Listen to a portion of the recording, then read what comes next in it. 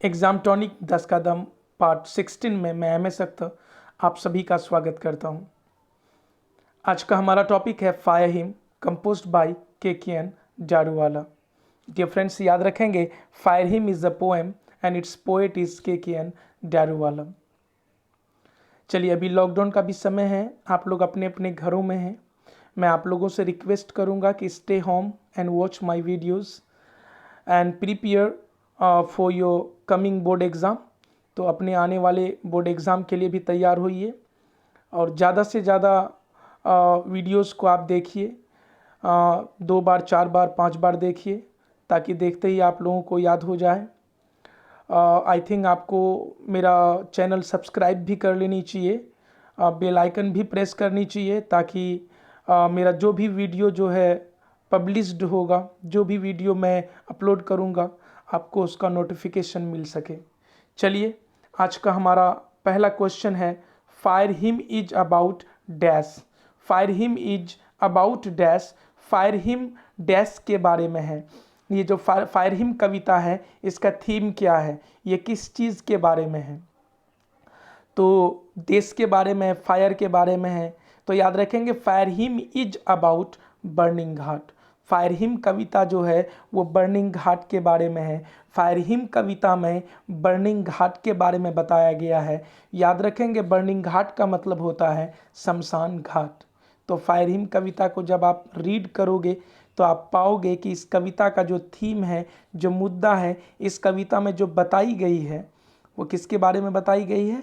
Burning घाट के बारे में, शमशान घाट के बारे में। चलिए चलते हैं अगले क्वेश्चन की ओर।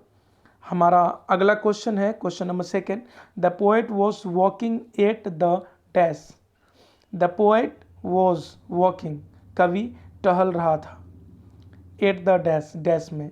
कवि कहाँ टहल रहा था? फुटपाथ में, पार्क में, घाट में, ग्राउंड में। याद रखेंगे poet was walking at the ghat. कवि जो है घाट में टहल रहा था। कविता आप रीड करेंगे तो ना आपको पता चल पाएगा कि सटीक आंसर क्या होगा। कविता जब आप रीड करोगे तो पाओगे कि कविता में कवि जो है वो घाट पर टहल रहा था। The poet was walking at the ghat. चलिए चलते हैं नेक्स्ट क्वेश्चन की ओर। हमारा अगला क्वेश्चन है, जोरोस्टेरियन मीन्स डैश। जोरोस्टेरियन का मतलब डैश होता है। तो जोरोस्टेरियन का मतलब क्या होता है? याद रखेंगे जोरोस्टेरियन एक धर्म का नाम है। इसको दूसरे शब्दों में पारसी भी कहा जाता है।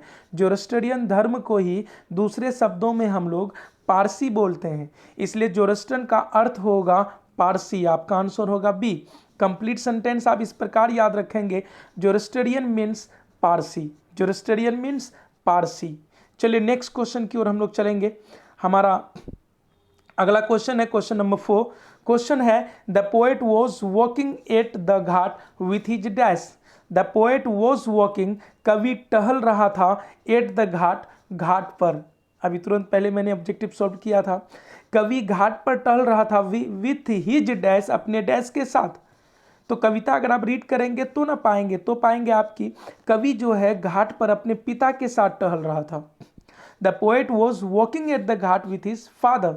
चलिए नेक्स्ट क्वेश्चन की ओर हम लोग चलते हैं। हमारा अगला क्वेश्चन है, द पोएट साउ, कवि देखा, dash losing their cruel redness. Dash जो है अपने क्रूर लालीपन को खो रहा था। कविता जब आप पढ़ोगे तो आपको पता चलेगा कि जो है अंगार जो है वो तेजी से अपने लालीपन को खोकर जो है राख में बदल रहा था। या यूँ बोल सकते हैं कि अंगार जो है तेजी से वो अपने क्रूर लालीपन को खो रहा था और मानव शरीर को यूँ मानो जैसे राख में कन्वर्ट कर रहा था। तो द पोएट साव एम्बर्स हो जाएगा, लूजिंग देयर क्रूएल रेडनेस। कवि ने एम्बर्स, या एम्बर्स का मतलब होता है अंगार, कवि ने अंगार को के लालीपन को, क्रूर लालीपन को खोते हुए देखा। चलिए नेक्स्ट क्वेश्चन की ओर हम लोग चलेंगे। हमारा अगला क्वेश्चन है, हु सेड, किसने कहा, you see those half bones and bone stubs. Who said, किसने कहा, you see those half bond fingers and bone stubs.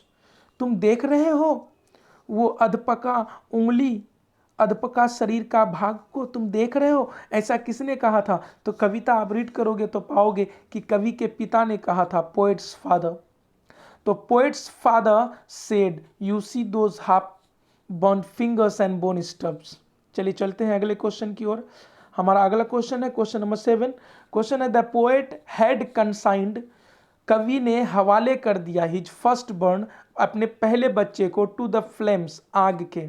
तो the poet had consigned his first born to the flames, कवि ने अपने पहले बच्चे को आग के हवाले कर दिया, डैश ईयर एगो, कितने साल पहले, तो 20 ईयर एगो। तो कविता आप रीड करेंगे तो पाएंगे कि कवि ने अपने पहले बच्चे को आग के हवाले कर दिया था 20 वर्ष पहले। The poet had consigned his first born to the flames 20 years ago. अगला क्वेश्चन है the nearest tower of silence was a dash miles away. ये कविता का लाइन है, the nearest tower of silence was 1000 miles away.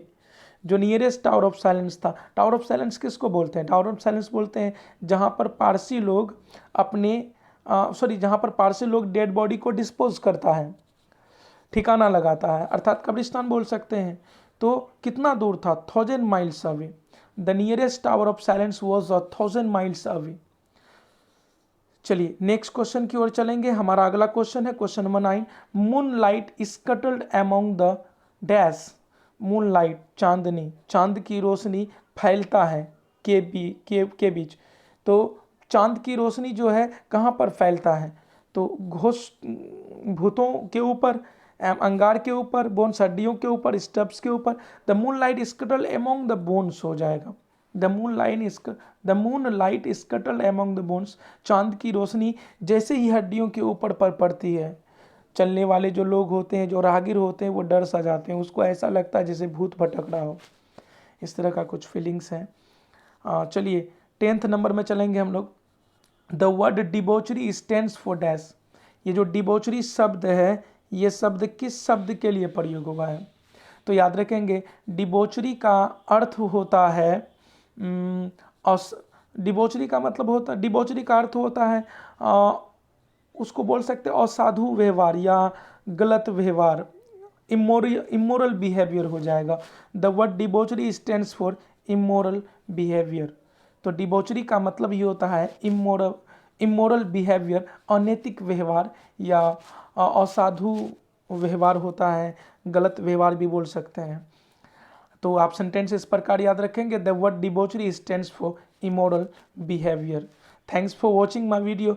जल्दी हम लोग मिलेंगे नेक्स्ट पार्ट में।